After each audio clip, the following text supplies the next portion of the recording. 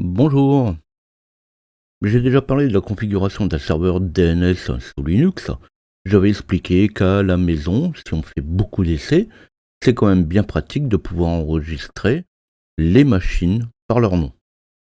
J'avais aussi expliqué, et c'est pour ça qu'on en était arrivé là, que la box fait souvent serveur de DNS, mais n'enregistre pas forcément les machines. Il arrive aussi que la box ne fasse pas serveur DNS et que quand on configure les DNS sur vos machines, vous êtes obligé de mettre des DNS publics. Et je ne parle pas des serveurs DNS d'entreprise qui là sont indispensables. Cette fois, pour le serveur DNS, je vais aller plus loin.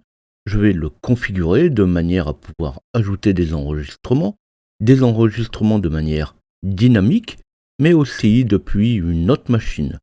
Une fois configuré, on pourrait le faire depuis Windows, mais c'est de Linux que je vais montrer ça. Et je vais terminer avec la mise en application de ce que j'ai expliqué dans ma vidéo sur la création des conteneurs en masse. Il n'y a vraiment qu'un pas entre la démonstration et la mise en application. Avant de passer au sujet, pensez à vous abonner à la chaîne et activer la cloche pour recevoir les notifications de mes nouvelles vidéos. Pour me retrouver, vous pouvez aussi taper LJP Info dans votre navigateur.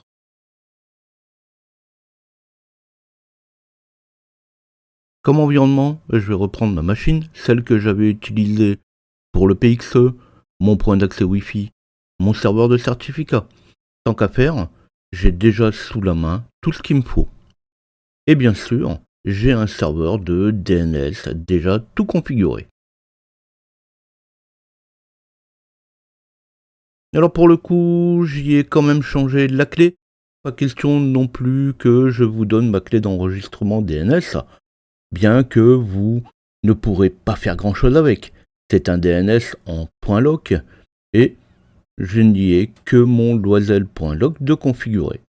Je vais en parler après, mais changer une clé, on lance la commande, on copie, on colle et c'est fait. Après, si vous voulez appeler vos machines machine.loisel.loc, vous pouvez quand même.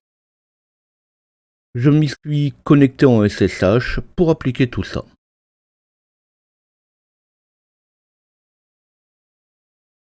Rapidement, je parle de mon serveur de DNS, mais ce n'est pas le sujet. Si vous voulez un serveur de DNS, vous installez Webmin, vous allez dans Serveur et vous l'installez. C'est quand même la solution la plus simple. J'y ai créé mes domaines, dont un en particulier qui me sert pour mes démos. Vous l'avez tous au moins déjà vu, c'est loisel.loc. Les autres domaines, c'est principalement pour le fonctionnement, la gestion de mes machines, du moins celles où c'est nécessaire. Les différents fichiers du dossier sont dans etc/bin. C'est là-dedans que ça se passe. On a le fichier name.conf qui contient les paramètres de base. Généralement, ce ne sont que des include pour y indiquer quel fichier on ajoute à la conf. On trouve les fichiers d'options, quand il y en a, les fichiers de l'on. Et ce qui m'intéresse ici, c'est le fichier etc bind name.conf.local. Alors je ne vous parle pas tout de suite de la clé DNS-key. C'est cette clé qui va nous permettre de mettre en place les DIN DNS. Une fois qu'on a ouvert le fichier /etc/bind/name.local, on peut voir que c'est lui qui contient les références aux différents domaines. Ici, c'est le domaine loisel.loc qui m'intéresse, donc c'est dans /var /lib /bin /loisel.lochost. Et c'est là-dedans que je vais retrouver tous mes sous-domaines. Alors ce qui est finalement plus pratique, c'est de passer par une interface graphique pour le gérer. C'est quand même très facile à manipuler. On copie les fichiers de conf, on les vide et ça permet une présentation plus claire. Mais il en arrive aussi parfois d'avoir 150 machines qui sont définies. En entreprise, ce sont des milliers de machines qui vont se retrouver dans les serveurs de DNS, gérés dans un fichier texte. C'est quand même pas très pratique. Ici, j'utilise Webmin. Je dirais que c'est historique. J'ai bookmarké ma page pour la démo, mais des systèmes qui proposent une interface web pour la gestion des machines, du réseau, des DNS, il en existe des tas. Le sujet est, en fait, ici, mon Bind DNS et rien d'autre. Le Bind DNS, j'en ai souvent parlé, c'est pas toujours très facile. Si on peut faire simple, autant le faire.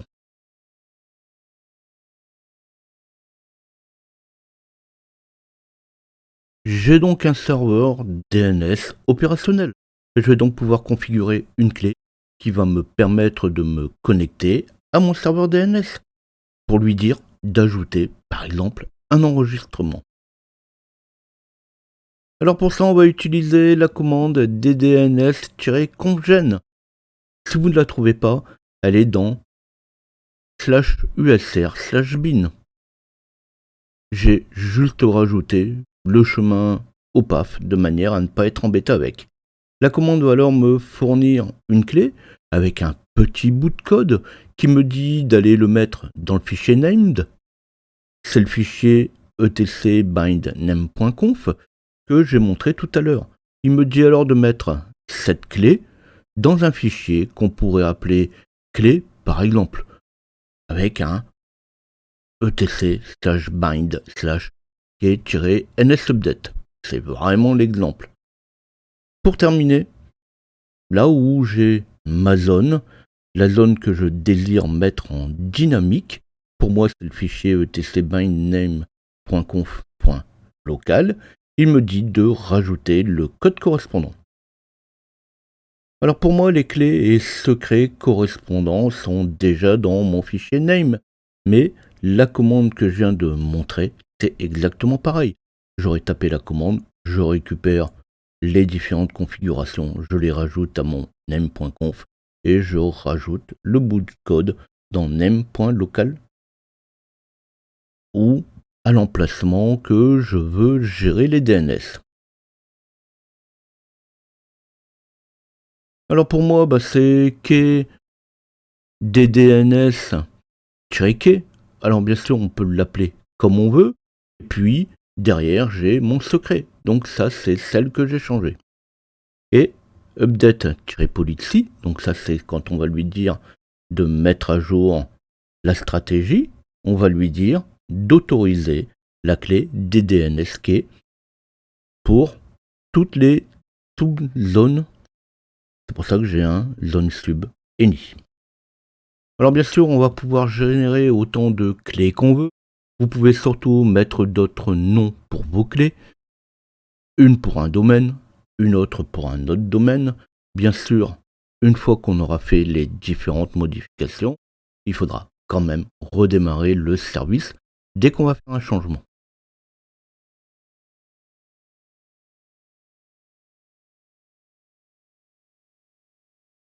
Alors cette fois, je vais pouvoir montrer ça avec un cat/etc/bind/name.conf. J'ai déjà mis ma clé dans le fichier, je l'ai montré tout à l'heure, mais cette fois, je peux en parler. On retrouve le secret avec le nom de ma clé. On pourrait aussi très bien le voir depuis Webmin. Là, c'est une question d'habitude, je le fais souvent en ligne de commande.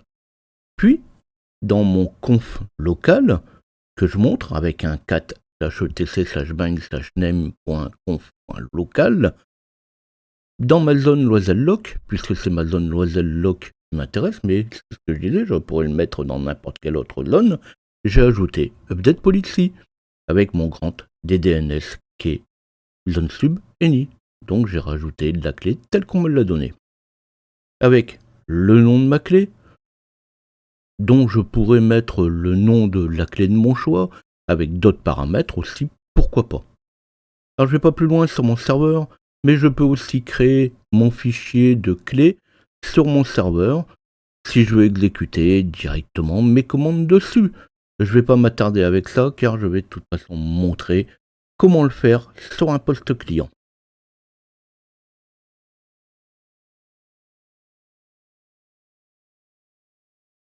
Alors côté poste client, on va utiliser la commande nsupdate pour ajouter mes différents sous-domaines, mes différentes entrées dans mes DNS. Alors si la commande nsupdate n'existe pas, on va pouvoir l'installer avec un dnf install bind-utils espace-y. Je reviens pas non plus si vous utilisez une Debian, eh bien ça sera un APT. Alors ici j'ai encore une machine vide, donc la commande ne risque pas d'exister, donc je suis bien obligé de l'installer.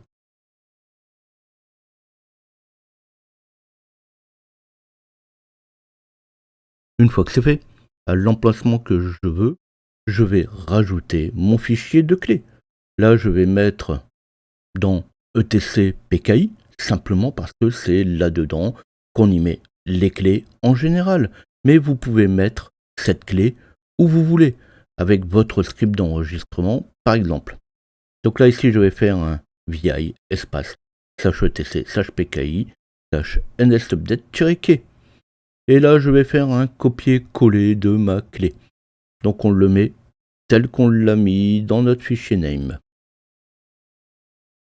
Et là ça y est, ma configuration est faite.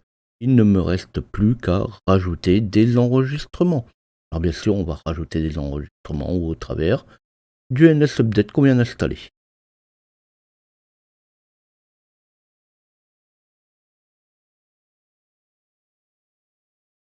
Alors ici, la machine sur laquelle je travaille, son adresse IP est 172 16 121 68. Alors je vais pouvoir vérifier avec un ping. Je vais pouvoir faire un ping alma-ns.loisel.loc. Alma-ns, c'est le nom que j'ai rajouté dans mes DNS en loisel.loc, de manière à lier mon adresse IP, celle que je viens de donner, avec ma machine qui s'appellera alma-ns. Et on va se connecter dans nsupdate en utilisant la clé qu'on vient juste de créer, celle qu'on vient de copier. Je vais commencer par rajouter un enregistrement pour ma propre machine. Donc en fait, je suis en train juste de dire que on va pouvoir créer plusieurs enregistrements pour une même machine, pour une même adresse IP. Donc je vais faire un nsupdate espace-k espace /etc /pki /nsupdate-k. Donc en fait je fais un nsupdate, je lui donne comme clé la clé nsupdate-k que j'ai créée dans mes PKI. Donc c'est ce que je disais, vous pouvez très bien mettre cette clé n'importe où. Dedans je vais lui dire d'utiliser le serveur 192.168.1.26. Donc le serveur, c'est celui où j'ai mon serveur de DNS. Dans quelle zone? Donc zone loisel.loc. Donc ça c'est cette fameuse zone que j'ai créée, où j'ai mis ma clé, j'ai mis mon autorisation d'utiliser la clé. Et là je vais faire un update add alma-new.loisel.loc 1800 à 172.16.121.68. Donc je vais rajouter un enregistrement qui va s'appeler alma-new.loisel.loc. Donc de toute façon c'est dans ma zone. 1800 pour 1800 secondes, mais je vais en reparler après. A, c'est le type d'enregistrement et je lui fais correspondre mon adresse IP. Une fois que c'est fait, une fois que j'ai défini ça, je vais pouvoir faire un send pour pouvoir envoyer les informations que je viens de lui passer. Et pour quitter le nsupdate, on tape tout simplement quitte. Alors c'est immédiat. Si je fais un ping alma-new.loisel.loc, ça répond. Et on voit bien que ça répond avec l'IP de ma machine. Alors oui, après, c'est juste de l'utilisation de nsupdate. J'ai juste montré comment on utilise nsupdate. Après, il y a les fichiers d'aide. Il suffit d'aller les voir, les manuels. Et là, vous allez voir qu'il y a pas mal d'autres commandes qu'on peut passer. Alors justement, maintenant, je vais montrer comment modifier cet enregistrement pour ma machine elle-même. Alors je ne montre que 2 ou 3 petites choses faciles. Le reste, à vous d'aller plus loin. Cette fois, au lieu d'utiliser la commande, je vais directement injecter la commande au travers d'un fichier off. Donc en fait, là, c'est une solution qui nous permet de générer directement la commande. On crée une commande et tout part en même temps. Donc je vais faire un nsupdate espace-k slash etc slash pki slash nsupdate-k. Donc ça, c'est la même chose que tout à l'heure. Je vais lui dire d'ajouter un fichier -v, et là, je vais faire un eof classique de chevron eof. Dedans, je mets la même chose. Serveur 192.168.1.26, c'est toujours mon serveur de DNS, c'est toujours la même zone. Zone loisel.loc, update, delete, alma-new.loisel.loc A. Et je vais faire un update, add, alma-new.loisel.loc 1800 A 172.16.121.1.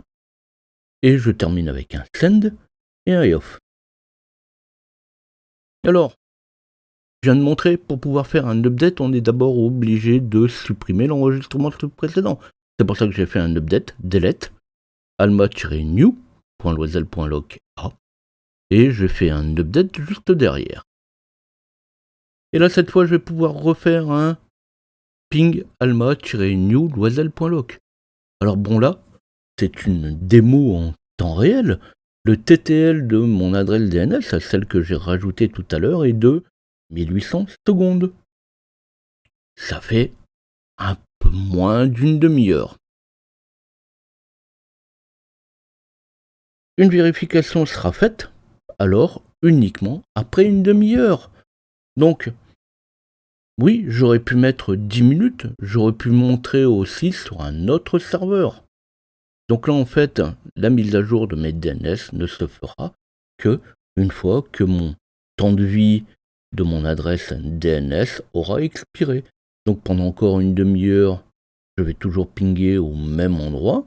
Et dans une demi-heure, quand il va falloir renouveler l'adresse DNS, il va aller revérifier sur le serveur. Quand on va revérifier sur le serveur, on va obtenir une autre adresse. Et à ce moment-là, on va lui fournir cette nouvelle adresse. Alors, pour pouvoir utiliser les commandes, on peut utiliser des commandes comme lsof espace-i 2.53-s.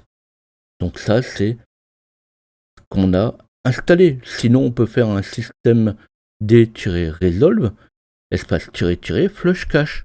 Donc là, ce qu'on va faire dans ce cas-là, c'est qu'on va vider le cache DNS, et dès qu'on aura vidé le cache DNS, eh bien tout simplement, eh bien, il va être obligé de renouveler les DNS. On peut refaire aussi un resolve ctl flush-cache. Donc en fait, il va sur la résolution vider les différents caches.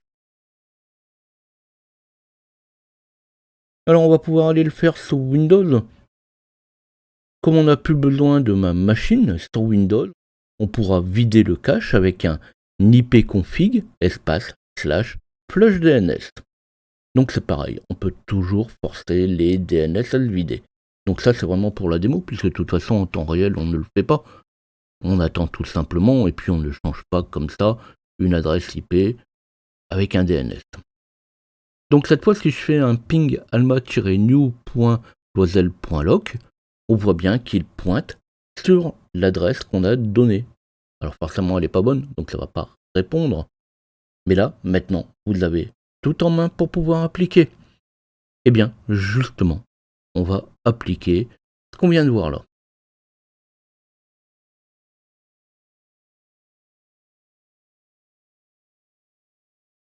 Alors récemment, j'avais parlé d'une usine AVM, donc tout simplement créer des VM à partir de conteneurs. J'avais donné avec un bout de code, un bout de script, pour multiplier les conteneurs facilement. Eh bien, c'est tout simple. Il suffit d'appliquer ce qu'on vient de voir. Ici, c'est encore pareil. Je ne suis plus dans de la mise en place. Pour moi, ce système tourne, et il tourne plein pot.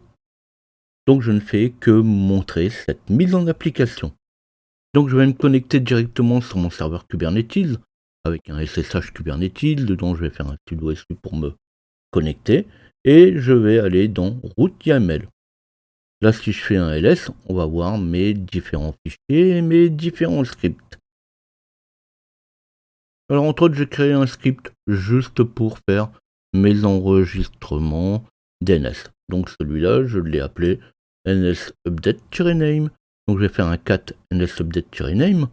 On y retrouve ce que je viens d'expliquer. Et je peux lancer mon script avec un nsupdate-name, l'entrée et l'IP. Alors mon IP en entrée et ça tourne tout seul. Alors on peut faire le test. J'aurai du nettoyage à faire après, mais dans mon DNS, on va pouvoir y aller. Donc je vais faire un nsupdate-name kubernetes-test 192.168.248. Et là, comme c'est indiqué, je pourrais faire un ping avec un ping kubernetes-test.loisel.loc. Donc une fois que mon entrée DNS sera rajoutée, automatiquement, comme je m'adresse directement à mon serveur DNS, quand je vais faire un ping kubernetes-test.loisel.loc, il va répondre pour l'IP 192.168.1.248. Alors je ne montre pas, ici je le montre là, mais je pourrais très bien le montrer sur toutes mes machines, ça marche sur toutes mes machines, à partir du moment où toutes mes machines pointent bien sûr sur mon serveur DNS. Cette fois on va encore faire mieux. Mes pods vont prendre directement la configuration au travers de mon script CreatePod. Je vous passe le contenu du script. Vous pouvez mettre sur pause et l'adapter pour vous suivant vos besoins. Donc je vais faire un lest CreatePod. Je vous passe un petit peu doucement le contenu du script. Et on y retrouve, j'en ai parlé, mes YAML que je copie et je modifie suivant ce que je veux.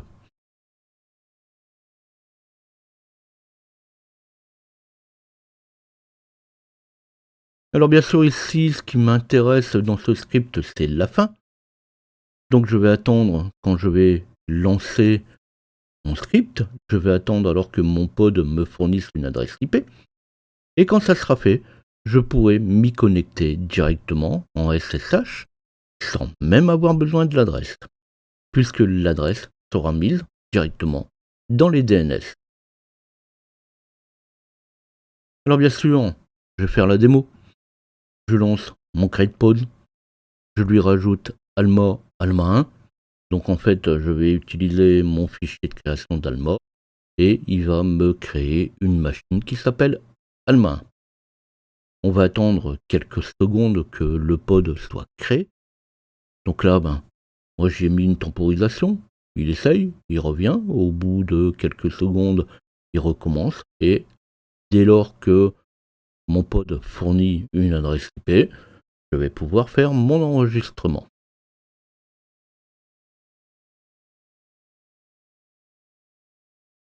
Une fois que c'est fait, depuis une autre fenêtre de mon terminal, depuis n'importe quelle machine, puisque c'est ce que je disais tout à l'heure, à partir du moment où mes machines pointent sur le serveur DNS, ça va marcher toute seule. Et là, je vais pouvoir faire un ping alma1.loisel.loc. Alors bien sûr, ici, c'est pas non plus le but de la démo, mais fonctionnellement, mon fichier config, mon fichier SSH, le fichier dont j'ai déjà parlé qui correspond à mon SSH, me permet de me connecter directement sans avoir ajouté le .loisel.loc. Donc si je tape alma 1, eh bien il va aller taper directement dans alma1.loisel.loc. Donc là on peut le voir avec un getcontent.ssh config. Donc là on voit mon fichier de configuration. Il va s'adapter en fonction de ce que je lui donne comme information. Donc quand je vais faire un ssh alma, il va rajouter automatiquement .loisel.loc et il va aller se connecter en SSH sur alma1.loisel.loc. Alors bien sûr, il faut se donner les moyens de ce qu'on veut, sinon on perd un temps incroyable. Alors maintenant, ça doit être bon.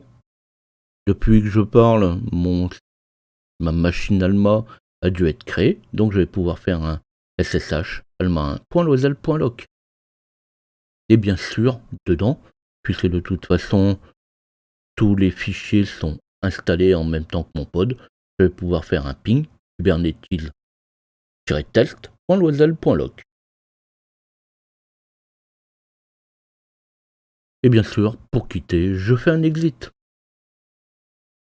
Alors je reviens pas sur ce qu'on met dans les différents scripts. Il n'y a pas de limite dans les scripts. Alors, je me suis créé un script aussi dans mes documents que j'appelle exec.ctl.ps1.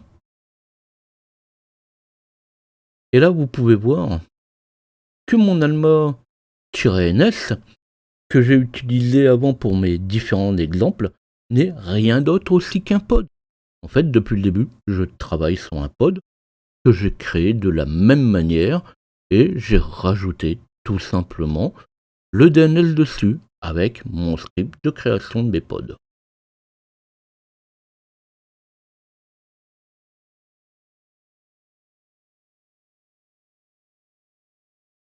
Ici, on est vraiment dans du pratique.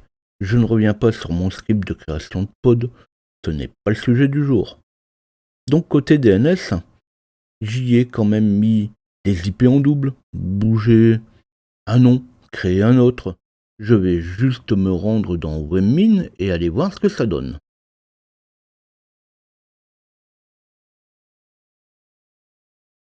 Alors là, ça va encore. Je n'ai que quelques enregistrements avec 1800 secondes. Alors c'est comme ça quand même que je les repère par rapport aux autres. Là, j'ai fait un peu de nettoyage pour l'occasion, mais il arrive parfois d'avoir des listes de plusieurs centaines de noms. Surtout quand on oublie de nettoyer un peu. Alors bien sûr, c'est vite fait de vérifier si la machine existe encore ou non. Byte9 est suffisamment costaud pour encaisser des milliers d'enregistrements.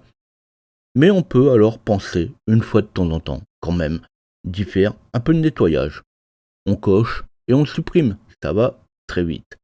Alors c'est juste une remarque gratuite, c'est juste pour dire qu'il ne faut pas oublier d'y penser une fois de temps en temps.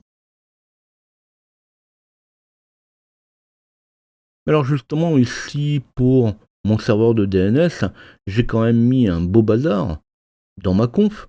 Je n'ai plus qu'à remettre tout ça en place comme à l'origine. Remettre la bonne clé NSUpdate, supprimer les enregistrements devenus inutiles, bref, ce nettoyage dont je parlais juste avant.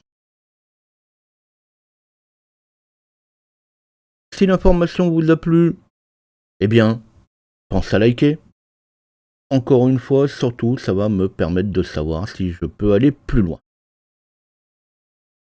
Alors surtout, les sujets commencent à vraiment intéresser les administrateurs. Pas besoin pour autant d'être admin réseau. Je suis encore dans des sujets certes pour les informaticiens, mais pas encore à cibler un emploi spécifique. Voilà, c'est un peu encore de la culture générale. Ne passez pas à côté. On ne fait pas pour autant de DNS sa spécialité, mais il y a quand même pas mal de petites choses à connaître. Suivant le sujet qui se présente, j'en parle comme ici, DNS, je n'en reparlerai pas forcément tout de suite. J'en parlerai suivant que le besoin s'en fait sentir.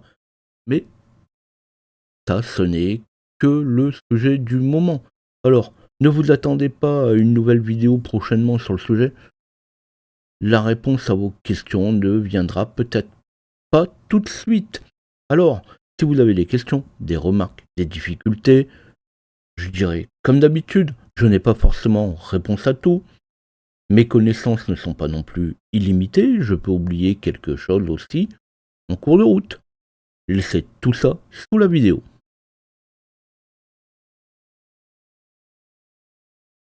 Là, le DNS, je pensais déjà en avoir pas mal parlé. Un sujet en amenant un autre, il y a toujours quelque chose de nouveau à traiter. Alors, c'est pas fini pour moi. Alors à bientôt.